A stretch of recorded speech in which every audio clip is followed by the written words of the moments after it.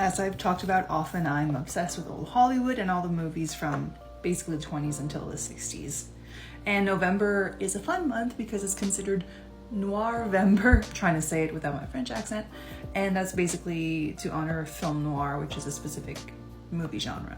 There's often cynical heroes, stark lighting effects, a lot of use of flashback and intricate plots, and also there's a lot of femme fatales who kind of derail the lives of the male heroes. So in honor of film noir and Noirvember, I want to talk about 3 of my favorite movies in the genre. The first one up from 1944 is Double Indemnity. The plot is basically that a Los Angeles insurance rep is seduced by this bored housewife into an insurance fraud and a murder plot, and it quickly arouses suspicion. I have a big obsession with Barbara Stanwyck. She was such a versatile actress of the era, and even though the wig in this movie isn't the best, this is often on my rewatch list. Next up is Gilda. What a classic.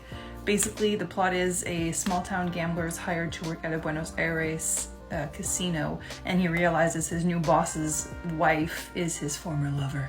And then that leads to a bunch of deception and double crossing. Rita Hayworth is astounding in this movie. I even have the silhouette of her on the poster tattooed on the back of my thigh.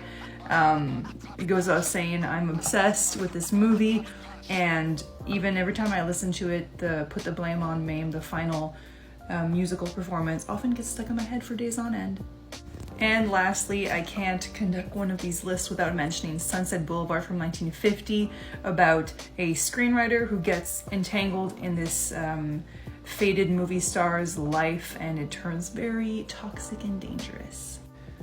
Gloria Swanson, I know they had considered other actresses for the role, but Gloria Swanson really took it up a notch, and she channeled her actual acting career from the silent era, and they even mentioned this movie Queen Christina, which was a big budget movie from the 1920s and never was created, and they've used some of the images into this movie, and she really imbued some of her frustrations from that era and her career as a whole into the role, and I wish she would have won an Oscar for this. These are 3 of my favorite film noirs that I've rewatched over and over and that get better with every viewing. I'd love to hear what film noirs you guys love.